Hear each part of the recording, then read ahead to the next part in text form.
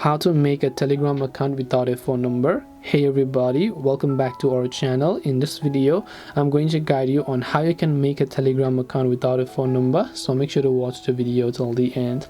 Making Telegram account without phone number is also quite simple. If you open up Telegram, right off the bat, the very first thing it asks me to do is to simply enter my phone number. So there is no choice for me to use Telegram other than using a phone number.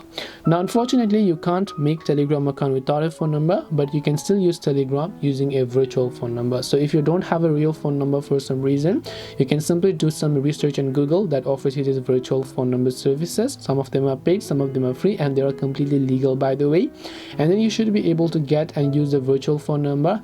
We also receive the SMS code, then you can start to use your Telegram. Now if you pay for it, of course you'll get a private number. If you want to use the free one, you'll get a public number.